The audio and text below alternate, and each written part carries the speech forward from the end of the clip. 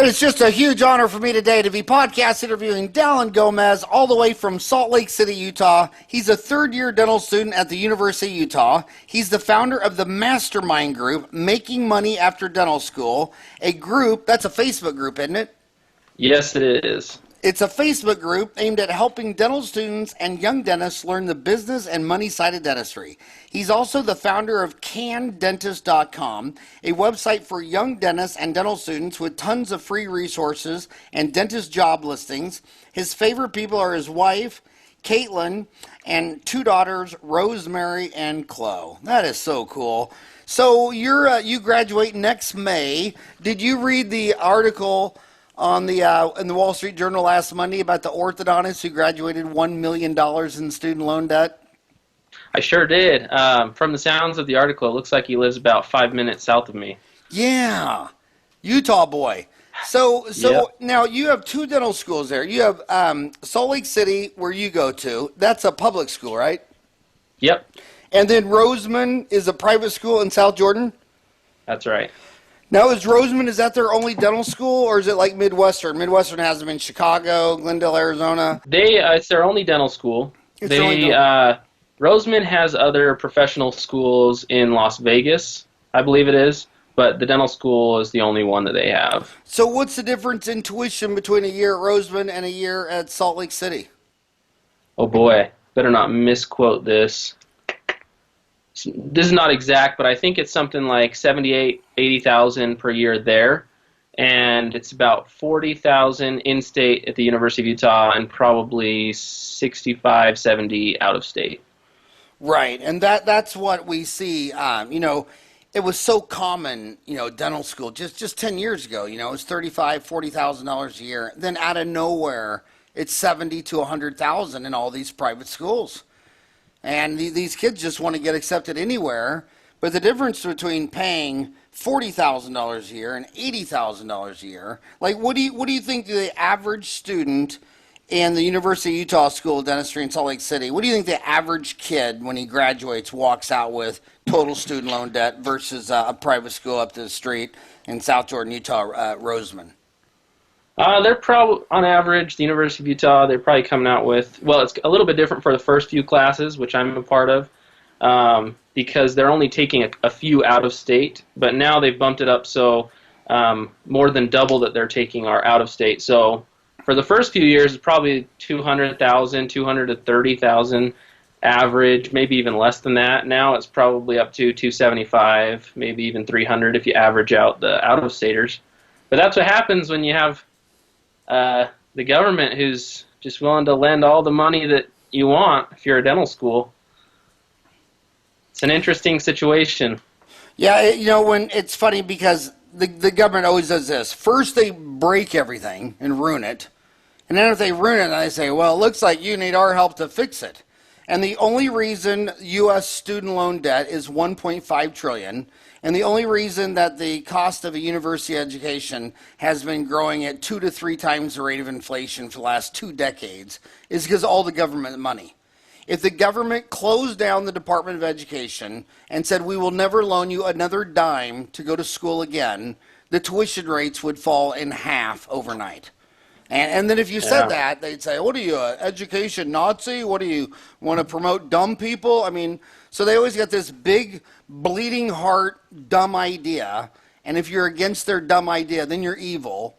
And then the dumb people, I don't even want to get started. It's so frustrating. This is Dentistry Uncensored. So I want to go below the belt for the knockout. You are probably more aware than anyone that Utah is the most crowded number of dentists per population out of all 50 states. So what is it? Would you tell a young boy who was born and raised in Utah? His mom and dad live in Utah. He grew up fishing and hunting elk in Utah, and he just really wants to live in Utah. But Utah needs another dentist, like I need to gain 5 more pounds. Oh, that's a good question. Really good question. I would probably say you got to you can either leave, find somewhere that you're needed, or you can spend a lot of time learning about business and dedicate yourself to that, along with going to a dental school that doesn't cost $80,000, $100,000 a year. But I guess the moral of the story, I would say you got to do something different, and that different than what most people are doing these days who are graduating from dental school. And that's kind of why I, have gotten involved in this whole thing in general, in the first place, because it's just crazy. Some of the mentalities that people have. Now, where were you and your wife, Caitlin? Where were you guys born? I was born in Texas, actually. Grew up most of my life here. And my wife was born in Idaho. She's actually born in Washington, kind of like me. She was born in Washington, and she's lived most of her life in Idaho until now. So Idaho, she's actually lived in several different western states. She's lived in Texas, Idaho, Utah. I've lived in Utah, Texas, and a few other places. So kind of all around the West. So where do you guys where are you thinking you're going to go live? I mean, let me say it like this, Ryan. Who's the Doctor Demographics podcast we did? His name is Scott McDonald. Scott McDonald. Where is Scott McDonald of Doctor Demographics? Where is he in Utah? I think he's up in Ogden or I could be wrong about this, but he's definitely in Utah. He's somewhere in the Wasatch Front. Yeah, he was podcast 689. Doctor Demographics with Scott McDonald, just like Ronald McDonald, the hamburger. Remember that? Is he the Mayor McCheese or is he the Hamburglar? Scott McDonald. So have you talked to? So it sounds like you and your wife are open to Texas, Utah, Idaho, Midwest. It doesn't sound like that you have to live in Salt Lake City. Yeah, that's right. Right now we're heavily looking in Texas. We both like Texas a lot, and that's where we're looking right now for practices. So you want to buy instead of doing a scratch? Yeah, most likely I'll buy a practice pretty soon after I graduate. There are certainly benefits to starting up, but I think it's looking like we're going to buy. So scratch technically is called de novo. And buy, and how are you wrapping? And you have an amazing mind. I mean, you started that mastermind group on Facebook. How many members you got on that group now? I think we just rolled over 7,500. Nice. So, and nice are they mostly dental students or some mostly dental students? Congratulations on and you started that. I mean, think about that. You started that. Now you got 7,500 dental students in the mastermind group. I just think that's amazing. So tell us how you're wrapping your mind around buying an existing versus starting a scratch de novo practice.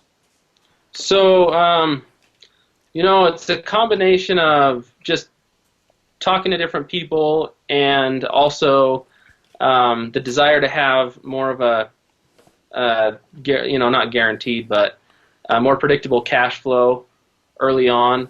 But there's a big part of me that would love to do a startup.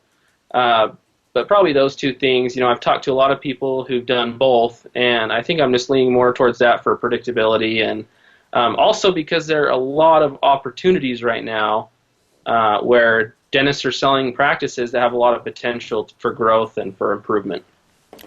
Okay, so that is let's just talk about dive deeper into that in case that flew over some kid's head, because a lot of the people listening to this are dental students, and that one might have just flown to their head.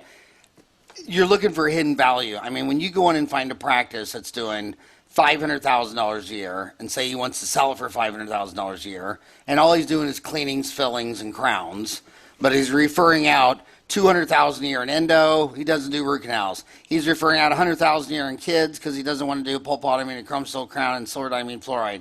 He doesn't pull teeth. He doesn't pull wisdom teeth. He doesn't do all this stuff. And you start looking at everything he's not doing. He doesn't do any Invisalign.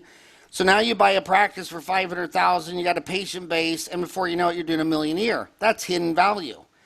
The opposite of hidden value, and I've seen that a lot in my own backyard, where there's some really highly technical guy that's placing implants, but he's really good on case presentation. And he can sell these big cases.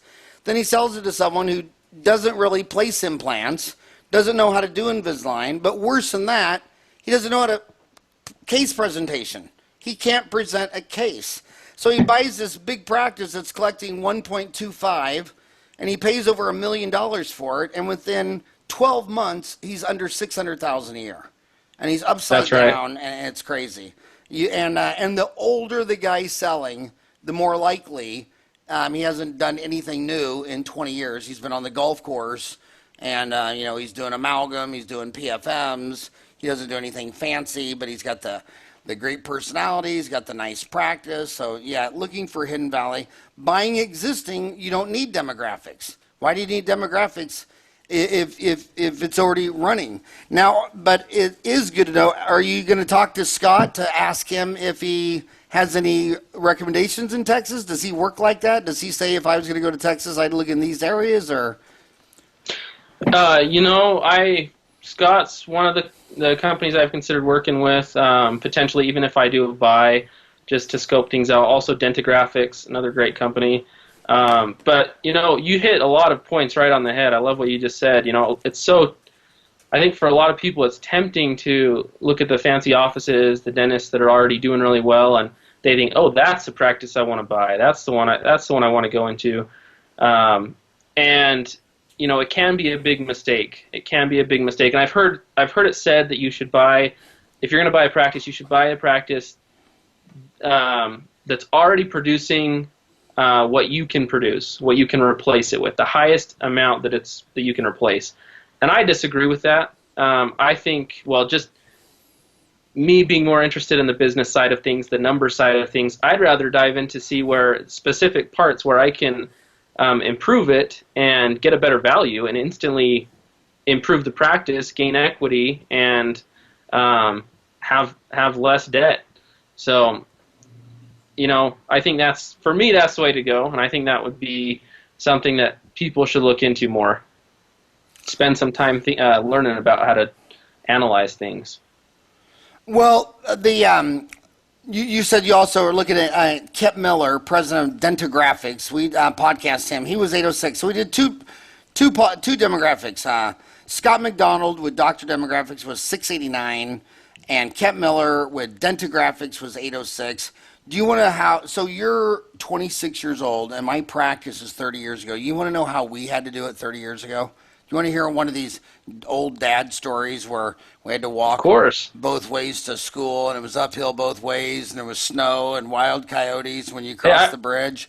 I was just I'm in the middle of reading Sam Walton's book about the founding of Walmart. So, and he tells about kind of the way he went out and scoped things too. So I'm anxious to hear how did that go? So there was, when I got out of dental school in '87, I'd never seen a computer. I mean, computers were things that big government agencies and Fortune 500 companies had. So I went and got a 6 foot by 4 foot. Well, first of all, what I did is I wrote Washington, D.C., a letter in an envelope and stuck a lip on it. I said, hey, I'm graduating in '87. This was in '86.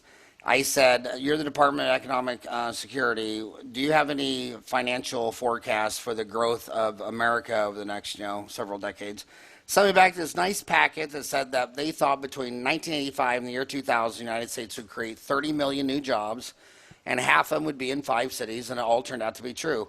Half of them would be in Silicon Valley, Orange County, Phoenix, Boston, and Tampa. It all turned out true. So being born in a barn in Kansas, I thought everyone in California was on drugs and heroin and all that stuff. So, California wouldn't have thought. Boston, I didn't want to live in the winters. And Florida, you only had to go to Disney World one time. It was too many insects. And then I'm looking at this desert with no insects and no snow and no hurricanes and no tornadoes and no earthquakes. And all that. So I said, then I wrote the Department of Economic Security of Phoenix. And Phoenix, Arizona. Phoenix is the capital of Arizona, and they gave me the projection of from the 70 to the 80 to the 85 mini census, and they gave me their projections. And so what I did is I bought a 6 foot by 4 foot map of the Arizona of the Phoenix Valley, which is Phoenix and Scottsdale and Glendale and all the suburbs. And they gave me the census information from 70 to 80 to the 85 mini census. So I traced out the 303 census tracts. got an index card, 303 of them and a number 2 pencil, went to each card, and in each deal I put a black pen where the dentist was, a yellow if they took capitation, green for periodontists, yellow for orthodontists, white for oral surgeon, and then I did by calculation the number of people per dentist. And I did that for all 303. So I found these 2 zip codes. One was 85044, South Phoenix, which we call Ahwatukee. So Ahwatukee is Phoenix. Are you familiar with Phoenix? A little bit. Just well, looking when you at fly maps. into the airport, south of the airport is the largest city park inside any city in America. It goes from, it's called South Mountain Park. It goes from 48th Street to 0th to 51st Avenue. It's 100 city blocks long. It's a couple miles thick. Well, behind that mountain is a little sliver of Phoenix. And it's Phoenix, but everybody back here calls it Ahwatukee. But I looked at that Ahwatukee one. It only had one dentist for 6,000 people, and it was building 90 homes a month. And then the next best was very North Scottsdale, way North Scottsdale, which is now like middle of Scottsdale. And it was like a dentist for every 5,800. But by the time you got to downtown Tempe, there was a dentist for every 500 people. I'll never forget, there was this 6,200 South McClintock that had 22 dentists in one medical dental building. And I thought, what the hell were they doing? So when I came to Phoenix, but anyway, the worst is 450 Culver Street in downtown San Francisco is a building, one building. How many dentists are in that building? God, I don't know. 600 or? A lot. Oh, I think it's like 150 dentists in one building in downtown San Francisco. I mean, dentists are just... Cow. Like, have you ever seen 150 Kentucky Fried Chickens all in one building? I mean, they're crazy. But anyway, so I picked that zip code, and I'd never been to Phoenix. I was in Kansas City. I was in dental school class. I was doing it in the dental school class. And so then, back then, the only people computerized was Caldwell Banker. They were the first real estate company to have a computer data bank. Someone in the office, and then I said, hey, can you pull up 85044? He said, sure. I said, is there anything to rent there? He goes, well, they just built this Safeway strip center. It's got a Safeway, a Walgreens, a Chase Bank, a Pizza Hut, blah, blah, blah, blah. I said, is there any place in there to rent? He said, yeah, of course. And I said, well, I want 2,000 square feet. And I said, he said, okay. So he got the lease from the guy in Phoenix, all computerized. And they came back and they said, it's going to be $15 a square foot for a 3-year lease. And I said, okay, well, I'm going to pay $20 a square foot for a 5-year lease with 2 first right of refusals for the renewals. And he said, okay, well, instead of paying $15 a square foot times 3 years, you're going to pay $20 a square times 2,000 square foot for 5 years. So he said, well, obviously you want us to do the build out. And I said, absolutely. So he said, okay. So that was the lease. So now I got highly visible traffic on 48th and Elliott. It only had a dentist for every 6,000 people. They were building 90 homes a month in the zip code. I didn't have to build out. So then back then, the biggest equipment supplier was Healthco. This was before Patterson. You know you're old when you started before Patterson Dental did. And so I went to Healthco, and they drew out the plans for the 2,000 square foot, and it was 4 operatories and blah, blah, blah. No, it wasn't 2,000 square feet. It was 1,200 square foot. I'm sorry about that. 1,200 square foot. So it's 4 operatories and everything.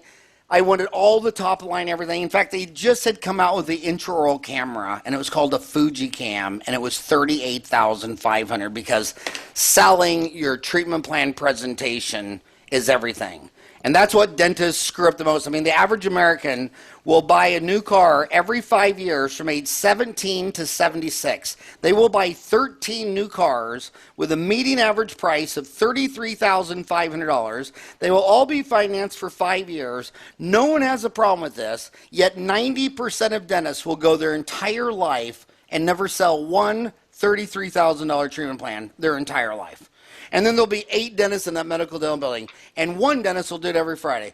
He's like, yeah, I just see patients Monday through Thursday because Friday we leave open because that's what I do my big case, like an all-on-4 for $25,000 arch or, some big monster case. And that one dentist will sell around that median average price of a new car 50 Fridays a year.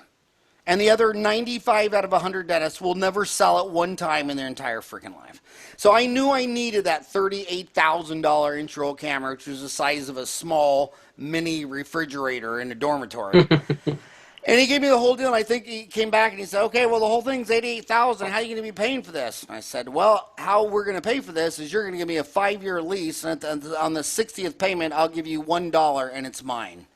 So he goes, you're going to do a lease to own? And I said, yeah. He goes, nah, we don't do that. You know, we need cash. You need to go to a bank for that. And I said, okay, well, you just lost your money because my dad told me that he would never give me a dime because he said, if I give you money, he said, if you feed wild animals, they forget how to hunt. He goes, I don't believe in welfare, jail care, school care. If you're hungry, you'll be hungry and you'll be successful. He goes, you're not going to be a daddy. You're going to go up there scared out of your mind and make it work. And I told the guy, I said, well, then it's no deal. So you just lost the deal. But what you ought to do is tell the president of your company in Texas, it was in Dallas, Texas, what went down, just so he knows he just lost an $85,000 sale. They called me back 2 days later and said, we'll do the deal. So I graduated May 11, drove straight to Phoenix. 133 days later was September 21st, and it was open. The slowest thing was all the construction and all that stuff. Health Code put everything in. So I got into a dental office with $0, perfect demographics. And then I opened up, and the first couple of days, it was Thursday, no patients. Friday, a couple of people posted that had no patients. Called my dad, scared to death. He said, well, Howie, get out there and run for mayor. You got the whole weekend. Get out there and run for mayor. So I sat there and I got my backpack. I had my little toothbrushes with my name on it and the phone number 893-CARE and I got gloves and I got a big map all with Tukey of every street. And I started every Saturday and Sunday morning at 8 o'clock and I walk down the street and I knock on their door and I say, hey, I'm Howard Farran and I'm 25 years old. I just opened up that dental office up by Safeway, and I'm going to be here for the next 40 years. Just thought I'd go around and meet the neighborhood. 2 out of 3 people say, oh, okay, you know, that's kind of weird. I've never had a dentist come to my door, whatever. Every third door. Well, you know what? I broke my tooth. Do you see this hole here? I mean, they'd be standing on their porch on a Saturday morning in their boxers. And I would be sitting there with a flashlight, looking in the mirror, trying to tell them what's going on. And then they'd say, well, you know, I need to come in and see you. And I'd pull out my appointment book and I'd say, well, I got an opening 24 hours a day until the end of time. And new patient appointments were an hour and a half. And I did not quit on Saturday evening or Sunday afternoon until every day, 7 to 7, Monday through Friday, every hour and a half, I had a new patient coming in. Love that. And it was just, I love that. It was just great. And then I, by my dental office door, I put a box of cards. And then I went next door to Safeway and I asked for the manager, and the manager came, and he was a young, hungry kid, had, you know, a hungry guy, married, 3 kids at home, all that stuff. And I said, here's the deal. I went and planted 10,000 of these flyers. You know, come in, new patient exam, whatever. I think back then it was like $35 for a new patient, cleaning exam and x-rays. Well, that was 30 years ago money. I said, if you put these on each one of your checkout stands, and you tell your baggers in one of their bags, stick one of those flyers in there, I'll do you and your wife and kids for free. So he brought his wife and kids in. I fixed all of them up for free, and it was so funny. The funniest thing about it was how the other dentist would call me up. I'll never forget this. Mark Woodland called me up one day, and he said, he's across the street, he says, Howard, hey, you just got to help me. He said, my wife and I can't figure out how your flyer got on our kitchen table. I mean, it didn't come in the mail, wasn't a stamp on it. No one can figure out how the hell that. I'm just curious. I mean, I don't care. I'm just curious how you got in there. So I told him what I did, and he said, man, that was a good idea because we never even figured it out. And so that was great. Then I went to the beauty salons. There were 3 or 4 beauty salons, and I said, you know, who's the owner of this thing? Then I said, I will bleach, bond, veneer, ortho, whatever. I will do you a smile makeover if you put the before and after picture. I'll take the pictures, I'll frame them, but you got to put in your salon your smile makeover by me. And did that. I think there were like 6 salons and like 3 or 4 went for it. Wow. Then I went to the 18 churches. This was the biggest thing I did. And by the way, did I tell you Pastor Don just passed away? No. Oh my God, that's so sad. The first guy that took me, he just passed away. Pastor Don Snyder of the Lutheran Church right next to my office.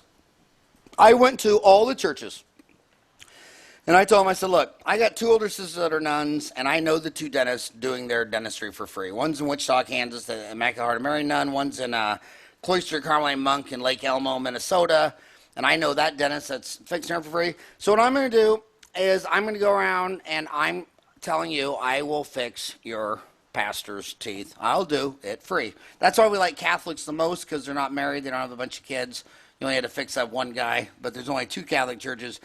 And some of them Lutheran men had like 5 kids. So I went around to all of them, and I also told them all, I said, well, you're up there, in front of a lot of people. You're up there preaching in front of, 1,000 people. So 3 or 4 of them got a smile makeover too. I mean, it was huge. And I mean, it would be in their mislet. Little old ladies that bring me the mislet. Well, who can we think referring you? Well, I brought in the church missal, and it said, Father so-and-so wanted to thank Howard Farran for doing all of their dentistry volunteer. I mean, it was just crazy. This was before, we didn't have the internet. We didn't have smartphones and computers and Facebook pages and Twitter. This was just good old-fashioned, how do you get elected to mayor? And that's what I tell these young kids. I wouldn't even do it digitally. Do it in the flesh. Get out there and run for mayor. Go door to door. Every single time I ate at a restaurant, I would go up to the manager. I'd introduce them to my wife and 4 kids and press the flesh and shake their hand and tell them where I'm at. And I give them my business card, and I'd say, I turn over this business card and I said, hey, and I'd write in there, Dawn, let him come in for the cleaning exam and x-ray, no charge on his first visit. And I say, you show this to Dawn because I just signed it, and she'll know that, your first appointment's on the house. It was like I could go anywhere I traded, anywhere I spent money, anywhere I would go, I would get a body in the office. Love it. I love it. I knew I was going to learn a lot here in this interview. That's one of the reasons I was excited for it. That's awesome. I love that mentality of doing what it takes. I just love everything you just said. And how many new dentists do you think, Howard, would think that the stuff that you did is too much of a hassle, not worth it, beneath them? I'm sure you have seen that mentality from a lot of people. But you got to do what you got to do to be successful. Ryan, I want you to make me a slide. I'm going to answer this question slide. I want you to make a slide. Will you listen to this? Okay, look at this square. I want to make a square, and I want it to be, the first one is B to B, and it's going to be 80% abundance and 20% fear. And then the second column is going to be dentist.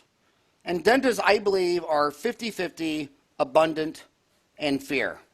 And then there's B to C, and I believe they live in 80% fear and 20% abundance. So here's, like I'll give you some examples. When you're trying to go into business selling to the American people, the American people, 4 out of 5 live in fear. They live paycheck to paycheck. The sky's falling. They're very scarcely minded. Like if I get a piece of pizza, then you're not going to eat pizza. They don't realize they can work together, grow the pizza to twice its size or 3 times its size, and all have more pizza. When you talk to dentists, half live in fear. Like when you're a young dentist and you want to learn how to place implants or learn how to do Invisalign. Let's look at Invisalign. It's $6,500 a case. The stock's going crazy. And the reason it's going crazy is because I was little, only the most gnarly looking daughter who could never get married, reproduce, and have offspring would get the orthodontics. You had to fix her up so someone would marry her. Now they're coming in at age 40 with a little slightly rotated tooth and a little chip and dropping $6,500.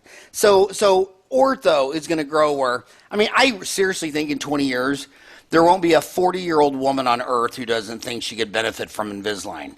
So you go into that orthodontist across the street from him and say, hey, I want to learn Invisalign, but I don't want to, I'm right here in Salt Lake. I don't want to fly to Dallas or New York City to learn Invisalign when you're right here and everybody says you're a great doctor.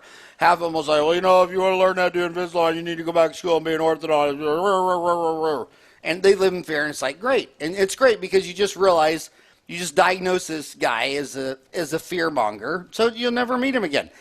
You go to the next door. He'll say, "Oh, that's cool. What is your name, Dallin? Really? You graduated? And come on in." And in every one of these large cities, I'll show you an orthodontist. Who's the guy in Australia we had dinner in Sydney that we had dinner with? The orthodontist. Oh, that was Derek Mahoney. Oh my God, Derek Mahoney, like 15 years ago, he was in Sydney. And all the orthodontists start screaming and crying because these dentists are starting to do Invisalign, and their cases are going down about 20% because the general dentists are not doing the class 2s, the class 3s, they're doing nothing difficult. They're doing all the easy Invisalign. So Derek, the only guy thinking in abundance of all of Sydney, opens up his dental office and says, "Hey, are you doing Invisalign in your practice?" "Well, I'm a board certified orthodontist and you're not. So I'm going to set up a study class every night at 5 o'clock after work. Bring your cases in. I want to make sure you're doing them fine. I want to go after your tracings, blah, blah, blah, blah." Before he knew it, he had 4 associates in his office. It went from his office to 4 because I started, "You're teaching me Invisalign, so then I'm giving you all my other stuff that I don't want to do." Now he has an office north, south, east, west in Sydney. Each one has 4 offices. I think he does $50 million a year because he thinks in abundance. He doesn't think in fear and scarcity. And I've seen that work by an orthodontist in probably every one of the largest cities in the United States. So then when you go to B2B, instead of B2C, business to consumer, but business to business, businesses are successful. You can't be successful in business thinking in fear. So when you're, like let me give you an example. Like, I have Today's Dental, so I work on patients. 80% of them live in fear. When I'm at Dental Town and you're working with dentists, half of them live in fear. But when I'm talking to dental manufacturing companies, like up the street from you, Dan Fisher in South Jordan, Utah, that guy thinks in more abundance than anybody I know. That's why he has 1,000 employees. So I would just, I would start building your dream team when you open up your practice. So the question was, how many dentists would think that was weird? Well, all the ones that think in fear would think it's weird. And then I want to go to another data point, which is student loan debt. When you look at student loan debt, almost all the defaults are people who owe less than $20,000 a year. By the time you owe over $100,000 a year, you're totally committed. So the people that are defaulting, they weren't really committed to school anyway. By the time you're 100, 200, 300,000, you're serious or heart attack. You know what you want to do. So back to coming out of school. When dad paid for your college, you're single, you're not hungry, they don't take any risks, a molar endo comes in. "Oh, I don't know if I should do that. I'll refer to an endodontist. Oh, that wisdom tooth, that looks tough. It's got a curved on the root. I'll send it to the oral surgeon. Oh, that kid was crying. That's what pediatric dentists are for." Then you show me another kid like you, married to Caitlin, 2 kids, student loans, bought a practice. By the time you get out of school, and hell, the practice alone could cost $750 easily. That'd be the average price. So easily a year or 2 from now, you're $1 million in debt. Guess what? $1 million in debt, he'll walk around and shake the flesh. $1 million of debt, he'll try that molar root canal. $1 million in debt, hell yeah, I'm going to pull out that wisdom tooth. Might take an hour and a half, and I'm going to do it. So when you're incentivized, my dad used to always tell me, if you see 4 hungry coyotes walking down a dirt road, something's going to die. And when I see a dentist, young, married, with kids, $1 million in debt, they're going to crush it. Crush it. I mean, you're going to crush it because you're incentivized to crush it, and you live in the wealthiest country in the world. So you'll crush it. You're hungry enough to figure out. That's why you got a mastermind group on Facebook with 7,500 people. I bet those aren't the 7,500 kids who are single with no student loan money. I bet those are the 7,500 students in America who are laying in bed at night thinking, this idea of mine better work because I'm digging myself a big hole. This has really got to work. So since it's got your attention, it's going to work. Great points. Just writing a few things down. You know, I think it's so critical, like you're saying, that, I mean, everyone's going to be a little bit scared. Everyone has a little bit of fear when they're trying new things, when they have big things. But the key is to act on that fear and not let that fear paralyze you into, like you're saying, referring out everything and being scared. And you know, you have to be able to take that fear and act. And I think that's a huge key. And like you're saying, you're kind of talking about people who have to because you have family you're supporting and stuff like that. I hadn't even thought about it like that, but it's true. And that would be kind of what I hope all dental students, people who maybe have been very blessed in life, maybe they have been given lots of stuff in life. I'd hope that and that's part of the goal of the Facebook group, like you mentioned, is that you just take that fear and you act. Now, how do they find that situation. group? Is it open group or is it invitation only? What do they do? They go to Facebook. So you can request to it. Yeah, you go to Facebook. You just search in the search bar on Facebook. And what do you type Making money after dental school. Type in Mastermind. Making Money After Dental School. Making and it should be the main one. Did you find it? Making Money. No, on Facebook. Making Money After Dental School. That's it, or did you say Mastermind at the end? Making Money After Dental School Mastermind.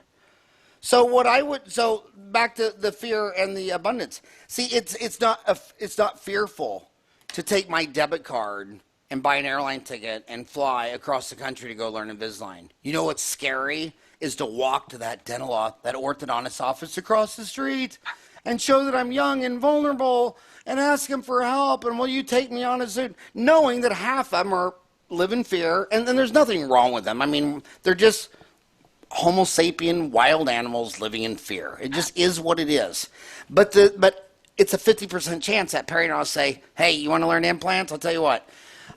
I will, you tell me what afternoons you have off, and you call my front desk, you talk to Valerie, and see if I got any surgeries going on. If you want to come over here and sit on a stool. The best endodontist in Phoenix, Arizona, Brad Gittleman, he had an open chair policy. He said, as long as you don't knock down my assistant or me, I mean, you can sit behind me, stand behind me. I mean, it was so cool, and he was so good. I mean, it was like watching Beethoven play the piano.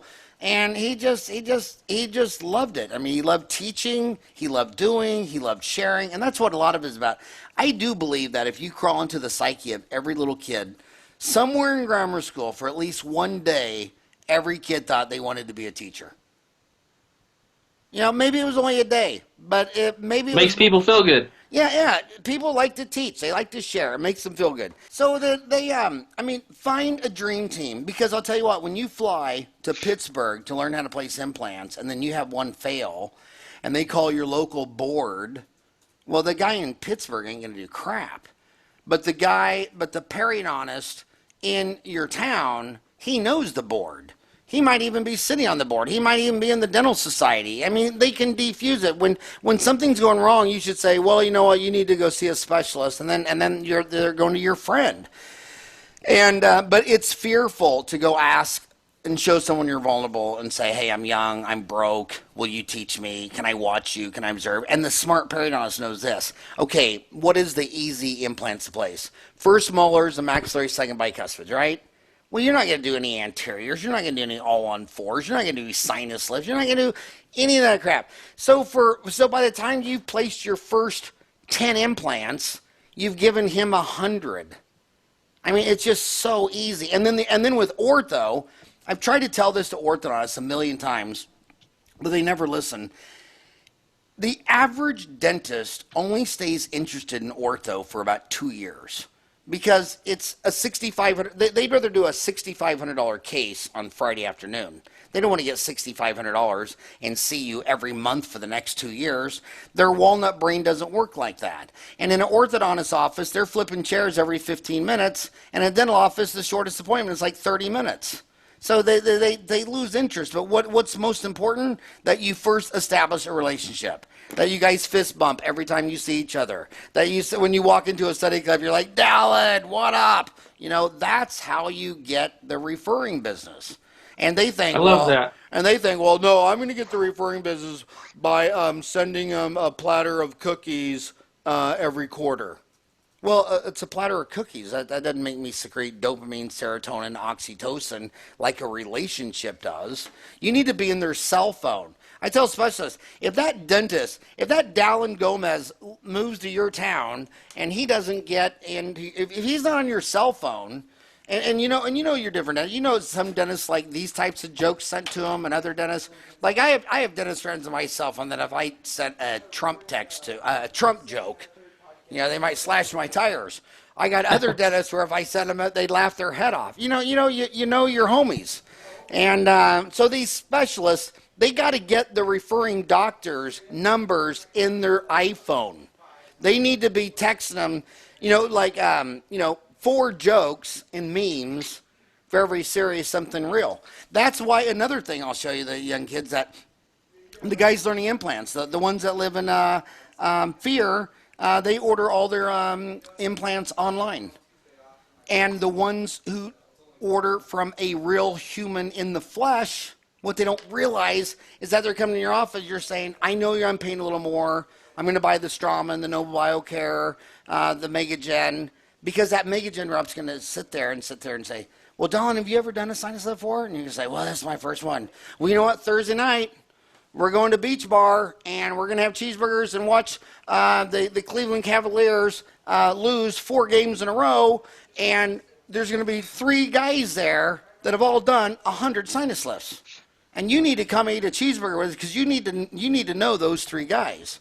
So once again, it's living in the relationship and the physical. Same thing with the lab. You sit there and say, oh, I'll save money sending it all the way across the country to Glidewell. Well, you know what's brave? When I got to school, there was a guy named Wolfgang. And Germany, think of Germans. They make Porsches, Mercedes, Volvo. Americans make Chevy, Chrysler, Ford. Do I need to say more? Their lab techs go to school as long as our dentists go to school. There was a German here, and his name was Wolfgang. I forgot his last name. He's like 60 years old, this heavy German accent. And everybody said, well, he's a tough old guy. He'll be hard on you. And I thought, awesome. So I said, I'm only using the local guy. I'm not going to do mail order. And so I sent the first week or month or whatever to Wolfgang, and then I had some opening, and it was Friday, and I called him up, and I got him on the phone, and I said, hey, was UMKC good? And he goes, what? I said, well, I went to University of Missouri, Kansas City. Am I doing good? Do you like what you see? And there's just this long pause. I thought the line went dead. And he goes, we need to talk.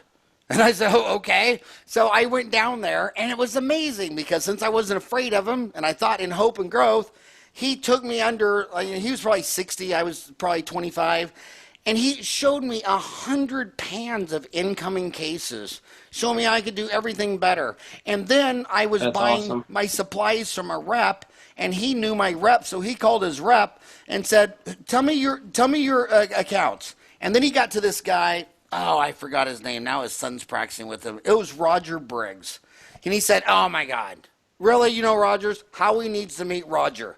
They were taking me to people that were so much better and smarter and higher quality. And it was a team approach from periodontist, a lab man, an orthodontist, an oral surgeon, your supply guy, your implant rep. It was a team approach. But what was neat about the team approach, they were all homies in my backyard. I didn't have to fly on an airplane to go meet anybody. And anytime I had a problem, and I had some big problems. I was really dumb. I remember one of my first 10 implants was on a gorgeous girl who had number 8 knocked out by a softball. Well, I didn't understand that she would want the gums to look like God made it. She wanted it to look like a detective couldn't figure out it was an implant crown. And after I redid it 3 times, I finally thought, this girl's really upset. I called the prosthodontist, and he was already a drinking buddy, beer, eating cheeseburger, Phoenix Suns fan, and he redid the whole thing, and he didn't even charge her. He didn't charge me or her. Wow. That's what you need. You need relationships. So this whole rant started on, are they brave enough to go door to door and press the flesh? They better be, because if you're too afraid to ring on a doorbell on a B2C customer, hey, I'm Dallin Gomez. I just opened up my dental office. I hope you come in and meet us. Then how are you going to be able to go do that to an oral surgeon, an orthodontist? Lab men. I know, I've podcasted 50 lab owners. They're all afraid of the dentist because they're so afraid to call Dallin and say, Dallin, you're not doing it right. You're not prepping it right. You're not doing it right, because they don't want to lose the $5,000 a month annuity. Average person keeps his lab 10 years. Average lab bill is $5,000. 5 times 12, that's 60. 10 years, that's 600,000. I don't want to piss off Dallin for $600,000. So when you send it back and say it didn't fit, I don't want to sit there and say, oh, of course it didn't fit, Dallin. It looked like Stevie Wonder prepped it. You didn't have any clearance. You didn't do the prep right. Blah. They don't want to do that. So you have to go out of your way and say, hey, I know 50% of dentists live in fear and blame everything on anybody but the man in the mirror. I know 50% look in the mirror and say that. If I gave every dentist in America a gun and say, shoot the person that causes all the problems in your life, they'd all have to shoot themselves in the head. It'd just be mass suicide. You got to look in the mirror and say, that is the reason I'm doing well or doing bad. And you need to call your lab man and say, hey, I want you to know, I want to be a better dentist. My patients deserve better dentistry. Don't be afraid of me. Talk to me. You see 100 people's work. I only see mine. If you know a better dentist around here, I want to know his name. I want to know what burrs he uses. I want to go sit there and watch him. And once they sit there and think, that's cool.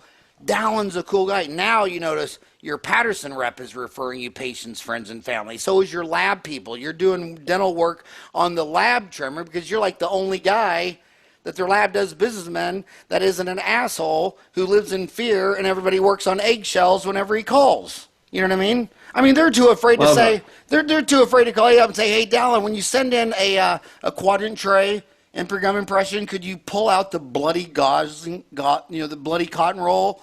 Do we have a health history? Did you have hepatitis, AIDS, herpes, HPV? Did you go to dental school? Can you please pull out at least the gaping bloody shit before you send it to us? They just live in fear. So once you establish that you're humble, and that's always been my goal, to be the humblest son of a bitch in the valley. And once you tell them, I'm short, fat, bald, I'm born in a barn from Kansas, I want to be better, help me, let's be buddies, you can't insult me, you're just on a road to abundance. And if you're on a road to abundance in the richest country in the world, and here's the last thing I want to say. There's 323 million Americans, and 3% of them, 3.5% of them are millionaires. So, think about this. 323 million people times 0.035. So you're telling me 11 million people can become a millionaire in the United States, but you can't? Really? Really? 11? When I'm looking at the guy from Cleveland Cavaliers, what's his name? LeBron James. LeBron. Now, I know I can't be LeBron James. And there's only, how many guys in the NBA total are there? Like 400, and how many of them are his level? Like maybe 4 or 5? That's not achievable. But dude, when 11 million Americans did anything, you can do it. What can 11 million people do that Dallin can't do? Nothing. Nothing. Yeah. It's just, do you want it? Do you want it, and are you humble enough and think in abundance enough to go get it? I love it. I love those points. I think, back to the abundance mentality. I don't know why it's such a trap for people to, myself included in my life. You think in scarcity terms. You think that if someone else gets something, if you refer a case out to someone, you think in terms of the immediate loss, the loss. But I love that whole point of there's a lot more to think about, a lot longer, more into the future things that you need to think about in terms of developing relationships, being humble, improving, like back to the relationship thing, just real relationships. I love all of that stuff that you're talking about. It just is hitting everything right on the head, and I completely agree that. Well, you probably taught in dental school. There's other dental students who would help you do anything to help you on the test. There's other ones who I want to graduate in the top 10 of my class because I want to go to grad school. So deep down inside, I hope you fail. It's like, wow, really? That's your life mission? That's how your noodle operates? And I never would get mad at that person because I always feel sorry what it'd be like to be that person. I say, don't be bad. The people who end up being the most successful are the people who are the most generous. Mm-hmm. That's just how it works. Yeah, well, if you want it, push it out and you'll get it back. So if you want more abundance, push out abundance, and if you want more fear, push out more fear. So tell me I what was really going love on. So now, de novo obviously is more risk. You got to have good demographics. You got to do your demographics. If your demographics are fine, you're going to be fine. I can tell you some short rule of thumbs that I've seen. If you're 2 hours from wherever, so the number one in every category is always a low-cost provider. So the number one person in the airlines is Southwest Airlines at 27%. Number one distributor of groceries is Kroger. Number one in, there's Walmart. It's IKEA. Every time, dentists always want to sell a Mercedes-Benz. But if I go to any town in Utah, for every Mercedes-Benz they sell, they sold 100 F-150 pickup trucks. So an F-150 pickup truck, which is about, what does an F-150 cost in Utah? 38 grand? Probably, yeah, something like that. About 38 grand, 40. So nobody wants to make a F-150. They all want to go to all these elite schools and make, Mercedes and Ferrari, and that's great. There's a market for Ferraris and Mercedes and all those fancy cars. It's just a very damn small market. I mean, I would rather be McDonald's than the fanciest steakhouse in Salt Lake City. I'd rather be IKEA than the most. I imagine who's the famous movie star by Provo and the ski resort who made all those movies? Paul Newman is his friend. It's Robert Redford. Robert Redford. My mom's running joke all the way to my dad died to say, well, what's the secret of being married, at 30 years or 40 years or 50 years? She'd always say, well, it's because Robert Redford never called me. And but I imagine he's got some all-natural, handmade furniture at his Sundance ski resort. That's, $1,000 a chair, and that's all great. But I'd rather own IKEA selling a $10 chair because that's where all the money is. And go ahead. I was just going to say, on that point, I love what you're saying. I've gotten into a bunch of heated arguments, actually, with some of the doctors at my school and other doctors just about so many of them have the mentality that you need to, stand behind your work. You need to charge what you deserve. You need to have this mentality that low prices is bad, bad, bad. And my whole goal is, my ideal practice that I'm going to build is going to have low cost dentistry for my patients. That's what I want. I want to be able to make dentistry more affordable to people. And I'm so amazed at how many dentists push back because they feel like you're causing this problem. You're part of this increase in corporate dentistry, and you're part of this whole thing. And I just think I'd rather. Well, I want to have low cost dentistry for my patients, but I also think it's a better business model, like you're saying.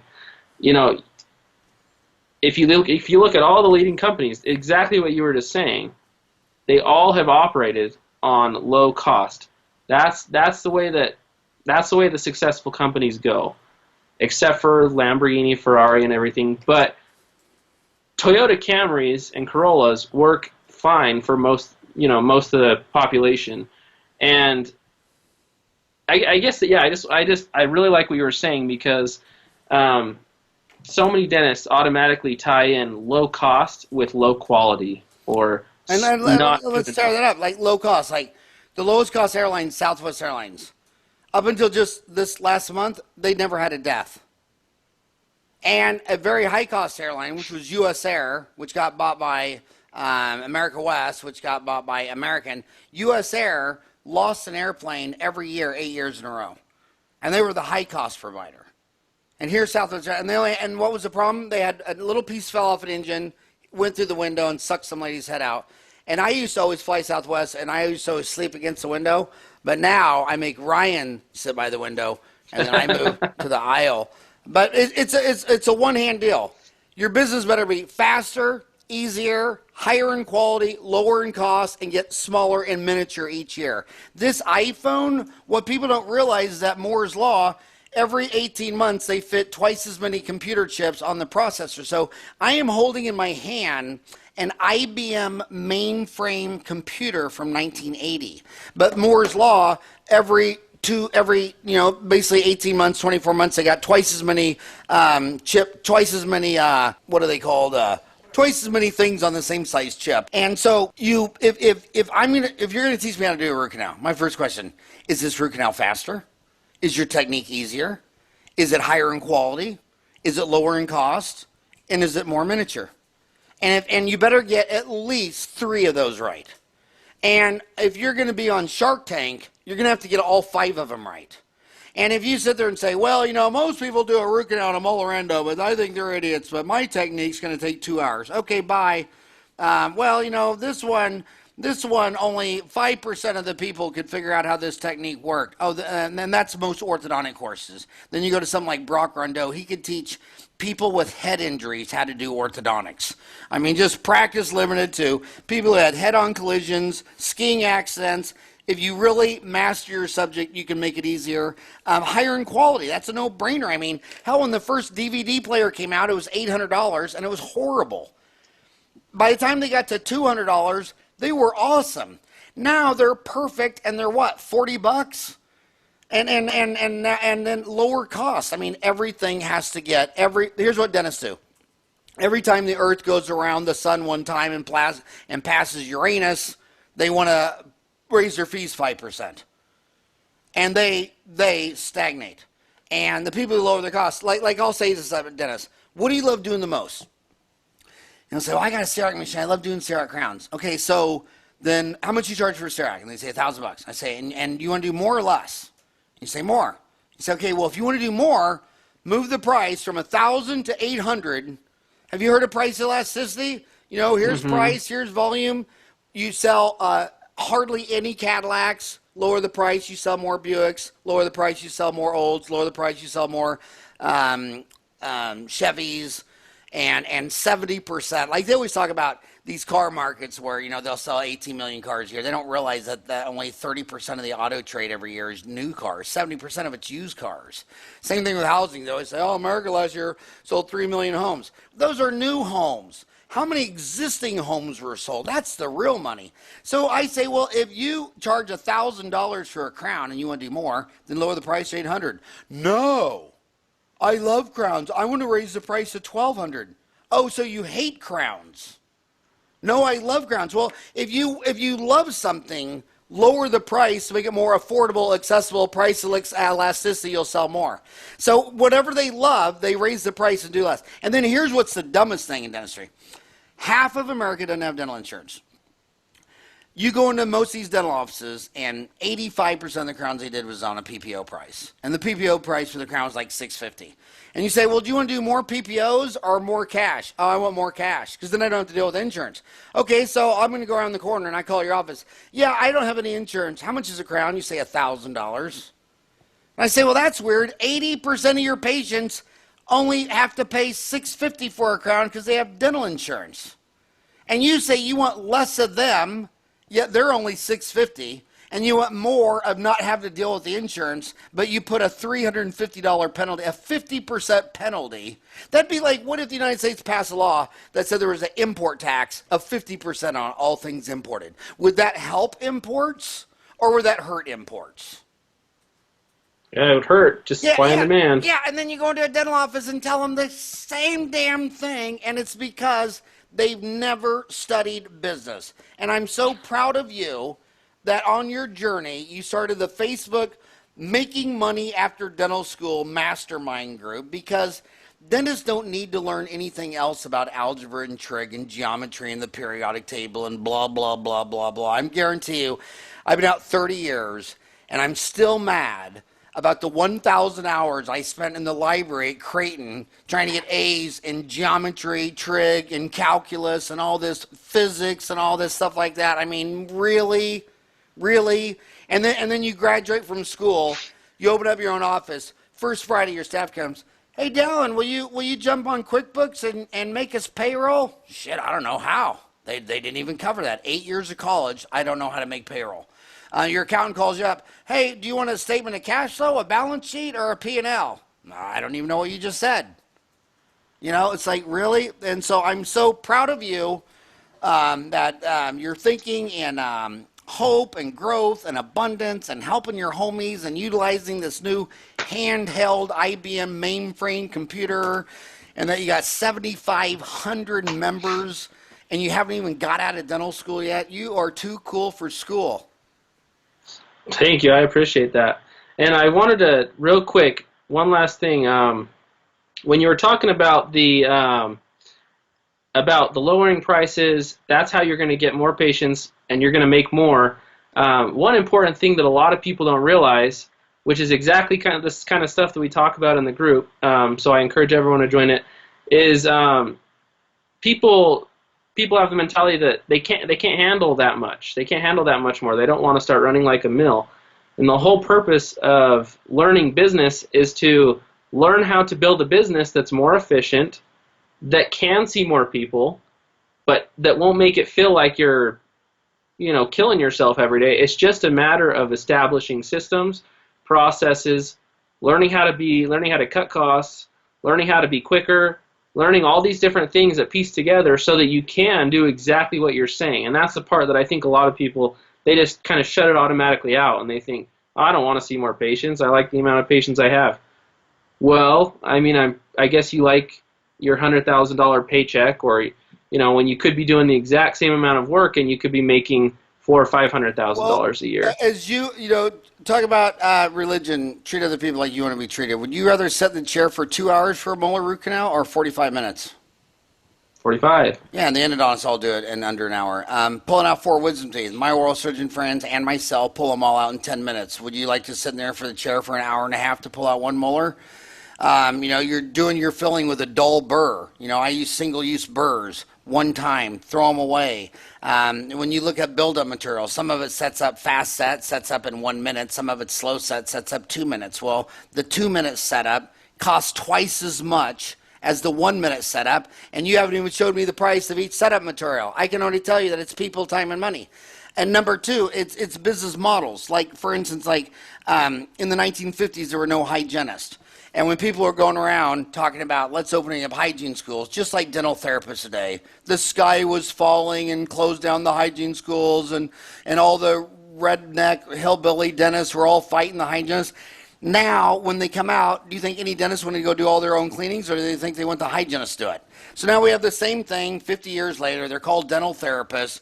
Now the government thinks that they graduate all these dental therapists are going to go to all these poor, underserved areas and do free dentistry on Eskimos or whatever, and it's not. I've already met a dozen dentists that got dental therapists, so now their first 2 rooms are hygienists because they don't want to do all their cleanings. That's volume that they're not doing it. Then their next 2 rooms, 3 and 4, are 2 dental therapists who go up there, numb, drill, do the filling. They're paying her $40 an hour, and insurance is paying him $125 an hour. So yeah, that's volume, but the dentist is sitting back in his office eating a donut, and then he's only going to go in there, and then in room 5 and 6, he's got something big like maybe a molar endo, and the dental therapist goes and numbs up the patient. Then the expanded duty assistant puts on all the rubber dam and everything, and then he goes in there and does the root canal. Now when I watch, I'll just end on this story because we went way over an hour, but like on a root canal, you'll stand there behind the desk with a root canal. He'll take a slow speed, and he's trying to put in the 40 night-type file, and he's jigging around with it, and he's going down and down and down. Then when he's done, he's got to unhook it and takes out. Because his scarcity, he only has 1 slow speed. But the endodontist, he has 4 of them set up. So he picks up the 40, bang, puts it back. Then he picks up the next one, the 35, bang, puts it back. Puts up the next one, 30, bang, puts it back. 25 to the apex. I mean, they don't think, well, the scarcity is the slow speed handpiece. And if you look in the Bible, it says you should only have 1. And then what's even crazier about volume, I had what that sound blower thing that they have at sporting events? I used to have one of those, and I used to tell my patient, come here, because my rule was, by the time you pay the doctor 35%, the staff 25%, the lab 10%, the supply 6%, the building 5%, why are you leaving the room? Oh, well, we need another drill, and we only have 3, and it's in the autoclave. Are you out of your mind? Drills aren't my cost. So whenever she'd leave the room, I tell the patients to come there, I'd lean my chair back and do that sound horn Everybody in the office would crap their pants. The office manager would be running. I said, why? I mean, how would you like to be in the middle of a cancer surgery and the oncologist surgeon had to leave the room because he had to go find an autoclave because they only had one? So when people understand their cost, that you're not saving money buying something that sets up in 2 minutes versus one. You're not saving cost. Like, look at Southwest Airlines. Every plane is the same. So I'll go into a dental office. Room 1, it's a hygiene room. Patients all there. Has one little occlusal, $120. Hey, can we do that here? Well, we'd have to move them because this room has everything in there but the 1 or 2 things needed to do a filling. So now we're going to have to move the patient, but we don't have another room, or we got to set up another room, but the other one's here, and we're already running late. So let's just reschedule, all because you didn't have a damn slow speed and a high speed. So every Southwest Airlines plane is exactly the same. If I go into room 1, 2, 3, 4, 5, 6, 7, 8, I don't care what you need. It's all there. We're ready to go. And the hygienist says, well, I can't assist during a filling. Well, then how come my assistant can, and she didn't go to 4 years of hygiene school? So that's just a bad attitude, thinking in fear. And so if you just look at everything in abundance and think, number one, the patient doesn't want to sit there for an hour. The patient don't want to sit there for 2 hours. If I ask every patient in America, you go to this doctor, he'll do the dental procedure in 5 minutes. You go to this one, he'll do it in half an hour. The guy who does it in 5 minutes will win. But, hey, we went way over. Dallin, I'm so proud of you. Thanks for starting the Facebook group. I also want you to send Dallin an email and CC Sam. Sam's the editor of Dentaltown. So Dentaltown, we put out a yearly magazine, a monthly magazine every year that goes to all the general dentists, 125,000. And then we make the Ortho magazine that goes to all 11,000 orthodontists every year. But once a year, we have the dental student, the new grad edition, and we send it to all the dental students. And it's a yearly deal. I'd love for you to write an article in next year's new grad edition. Tell them about your mastermind group. Tell them about your journey. I think you're a hell of a guy. And I want to tell you thank you so much for coming on the show. And I hope everybody is listening to this on iTunes and not watching this on YouTube, because your hair is so damn rocking hot good. You're making me look extra, extra bald. Not as good as your hair. Hey, and also you're always, I'd like to invite you to do a webinar to my 7,500 group members. You can do it from the comfort of your own home, just like you do an interview here. And a lot of times I'll have the members submit questions. You can hit on those or whatever topics you want. Well, I think that'd be tremendously valuable. The truth is, I'm too old and stupid to do that, but you and Ryan, I know Ryan can figure it out. So you and Ryan, 24/7, anytime, any day, whenever you want to do it, buddy, I'm all there. Hey, I appreciate it. Thank you so much. And it's been awesome. Give those, you tell those 2 kids that they're going to hopefully grow up and be dentists just like their daddy. That's right. All right, have a rockin' hot day. Thanks, Howard.